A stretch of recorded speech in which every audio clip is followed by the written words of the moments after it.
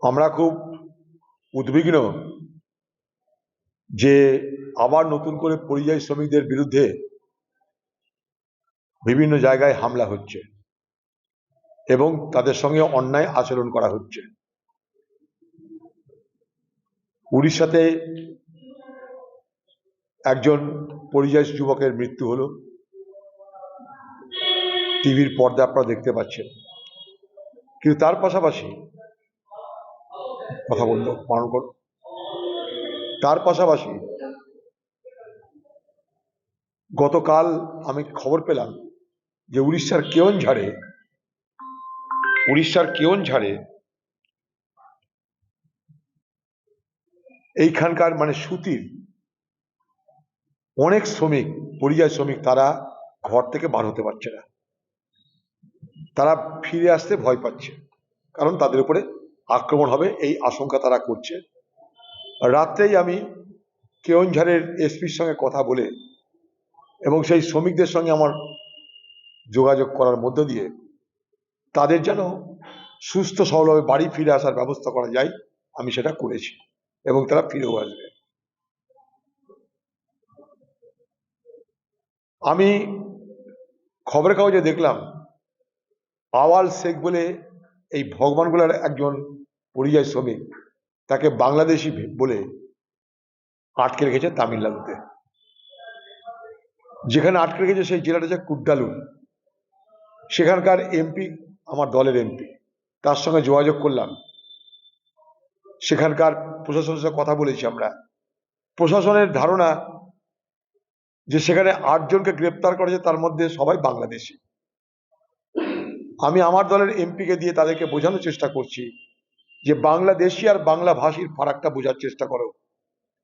সেই মতন আমি চেষ্টা করছি কোর্ট থেকে তাকে বার করার, কারণ 6 মাস ধরে সে ডিটেনশনে আছে, অর্থাৎ অ্যারেস্ট হয়ে আছে। তো আমি যে কথাটা আগেও বলেছি, আজও বলার চেষ্টা করছি যে হঠাৎ করে একটা ঘটনায় বিশেষ বিশেষ কারণে একটা করে প্রতিবাদ করলাম আমার প্রয়োজন মতন। পশ্চিমবঙ্গের ঘটনা ঘটেই চলেছে, কিন্তু প্রয়োজন মতন আমি একটা ঘটনায় প্রতিবাদ করলাম, বাকি ঘটনা চলতে থাকলেও এটা না করে একটা স্থায়ী এবং সার্বিক সমাধানের রাস্তা পশ্চিমবঙ্গ সরকারের ভাবা উচিত বলে মনে করি। সেই হিসাবে অনেক প্রস্তাব আমি এর আগেও দিয়েছি, আজও দিচ্ছি। সেটা হচ্ছে যে পশ্চিমবঙ্গ সরকার পরিযায়ী শ্রমিকদের জন্য বিশেষ পরিচয়পত্র ইস্যু করুক, যেখানে তাদের ডিটেলস থাকবে, যাতে কোথাও বিপদে পড়লে সেই স্থানীয় এলাকার পুলিশের সঙ্গে সেখানকার পুলিশ বা প্রশাসন যোগাযোগ করতে পারে। 1। 2 নম্বর, কোন কোন রাজ্যে আমাদের পশ্চিমবঙ্গের পরিযায়ী শ্রমিকের সংখ্যা বেশি, সেই সব রাজ্যে একটা করে অফিসার নিয়োগ করা হোক, যাতে পরিযায়ী শ্রমিক সেখানে বিপদে পড়লে তাদের সঙ্গে যোগাযোগ করতে পারে। নাহলে এরকম হঠাৎ করে একটা ঘটনা হঠাৎ করে ঘটনা ঘটেই চলেছে। আমি তার মধ্যে কোনটা একটা ঘটনায় উল্লেখ করে সেটা নিয়ে একটা প্রতিবাদ করলাম, হল্লা করলাম, বাজার গরম করলাম, সেটা যেমন একটা দিক। আমি বলতে চাইছি যে স্থায়ী সমাধানের জন্য পশ্চিমবঙ্গ সরকারের ভাবা উচিত।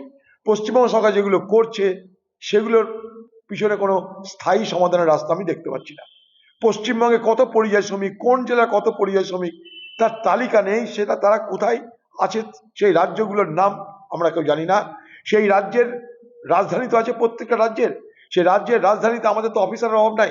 তাদেরকে বিশেষভাবে সেই সমস্ত পরিযায়ী শ্রমিকদের ভালো মন্দে যাতে তাদেরকে ব্যবহার করা যায়, তাদেরকে যাতে তারা যাতে নজর দেয়, তার জন্য একটা করে অফিসার নিয়োগ করা হোক, ইমিডিয়েট নিয়োগ করা হোক। নাহলে আমি দেখতে পাচ্ছি বিশেষ ঘটনায় আমরা চিৎকার করলাম, টিভির পর্দায় চলে এলাম, বাকি ঘটনা চুপচাপ থেকে গেল। যেমন আমি বলছি, গতকালই আমি কেওনঝাড়ে কথা বলেছি, আমি নিজে সেখানকার শ্রমিকদের সঙ্গে যোগাযোগ করার ব্যবস্থা করছি। देखिए दोनों पार्टी की ओर से 2 দলের পক্ষ থেকেই নির্বাচনে সাম্প্রদায়িক বিভাজনের গল্প শুরু হয়ে গেছে, এবং মিলেমিশে হচ্ছে এগুলো। তোমরা হিন্দুর কথা বলো, আমরা মুসলমানের কথা বলি।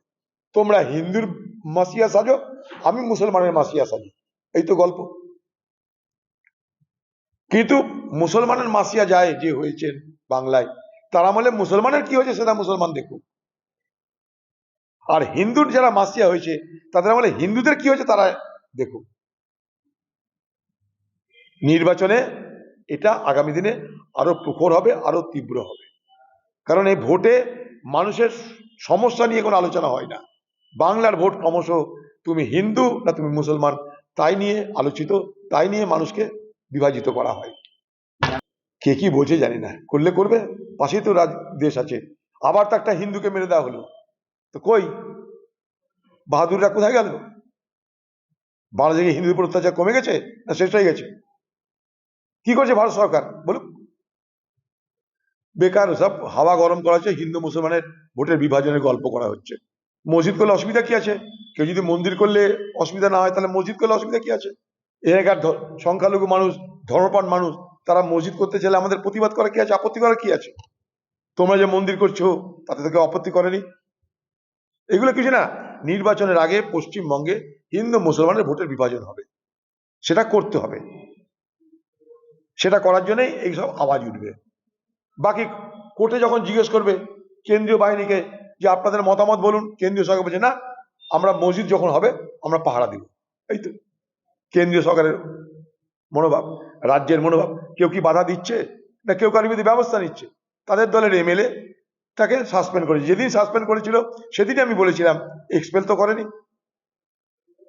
তারা চাইছে মুসলমান ভোট ভাগ হয়ে যাক, অন্তত কংগ্রেসে যেন কিছু না হয়। মুর্শিদাবাদে কংগ্রেসকে জব্দ করতে হবে। কংগ্রেসকে হারাতে সাম্প্রদায়িক দাঙ্গার যেমন করা হয়, তেমনি আগামী দিনে কংগ্রেসের ভোট ব্যাংকে খাম করতে আবার তাদের দলের লোকদের দিয়েই নানা রকমের অপচেষ্টা, নানা রকমের ষড়যন্ত্র চলছে এবং চলবে। এটা এটা পশ্চিমবঙ্গের যে মুখ্যমন্ত্রী তার নির্দেশে করছে, এটা ডিস্টার্ব করার চেষ্টা হচ্ছে। পশ্চিমবঙ্গের মুখ্যমন্ত্রীর নির্দেশে রয়েছে, বিজেপি টিএমসি পার্টির নির্দেশে এগুলো হচ্ছে। কারণ পশ্চিমবঙ্গে বিএলও, বিডিও, এসডিও তারা সব সরকারি দলের লোক। তাই তিনি মুখ্যমন্ত্রী ওপেন বলছে আমি বিডিওদের পাশে আছি। মানে এটাই বলছে তোমরা যেমন করে কারচুপি করেছো, যেমন করে তোমরা ভোটের সময় লুট করো, এবারও তোমরা করবে, কোনো চিন্তা না, আমি তোমাদের সঙ্গে আছি। আমরা আবার বলছি কংগ্রেসের পক্ষ থেকে, রাহুল গান্ধীর নির্দেশ মেনে বলছি, বৈধ ভোটারের কোনোভাবেই ভোটের অধিকার থেকে বঞ্চিত করা যাবে না।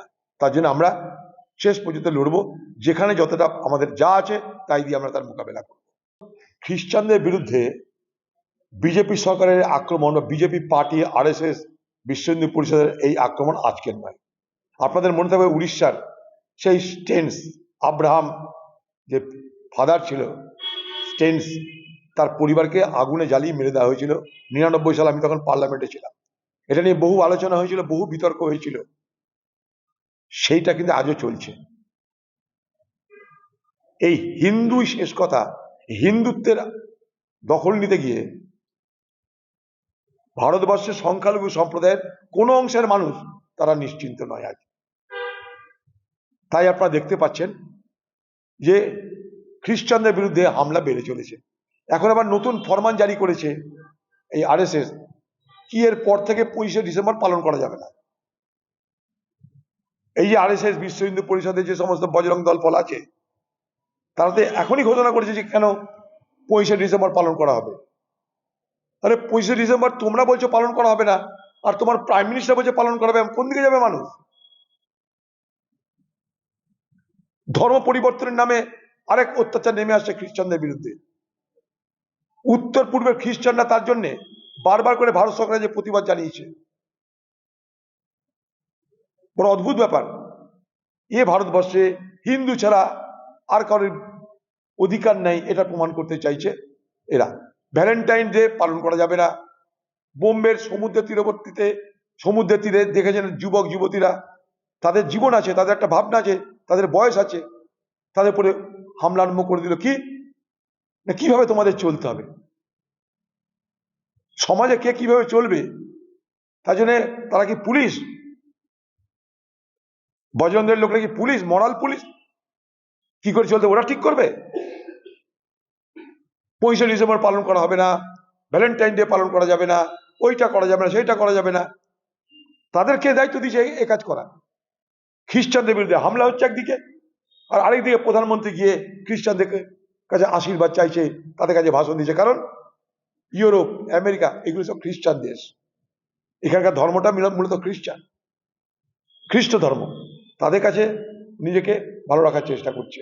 ঠিক যেভাবে এখানে মুসলমানদের উপরে যা হচ্ছে হোক, আরব দুনিয়া গিয়ে ম্যানেজ করো, এই তো লাইন। এখানে ফিরে আসার পর বাধ্য হয়ে ফিরে আসছে, কিন্তু কাজ নেই। কাজ নেই বলে আবার তাদেরকে ফিরে যেতে হচ্ছে। কিছু একটা ব্যবস্থা করো, যে এখানে কাজ দেওয়ার ব্যবস্থা করো, কিংবা যেখানে যাচ্ছে সেখানে তাদেরকে নিশ্চিত থাকার ব্যবস্থা করো। কিন্তু পশ্চিমবঙ্গ সরকার বিচ্ছিন্নভাবে একটা দুটো ঘটনায় হল্লা চিল্লা করে দিল, বাকি ঘটনা চলতে থাকলো। এ এ এই পদ্ধতি বা এ পলিসি কিন্তু চলতে পারে না। এটা তাৎক্ষণিক বিচ্ছিন্ন ঘটনার দ্বারা আমরা অন্তত পরিচিতি পাচ্ছি, কিন্তু এটা অনেক বড় ব্যাপার। তামিলনাড়ুতে হয়েছে, এখানে জানি আমরা।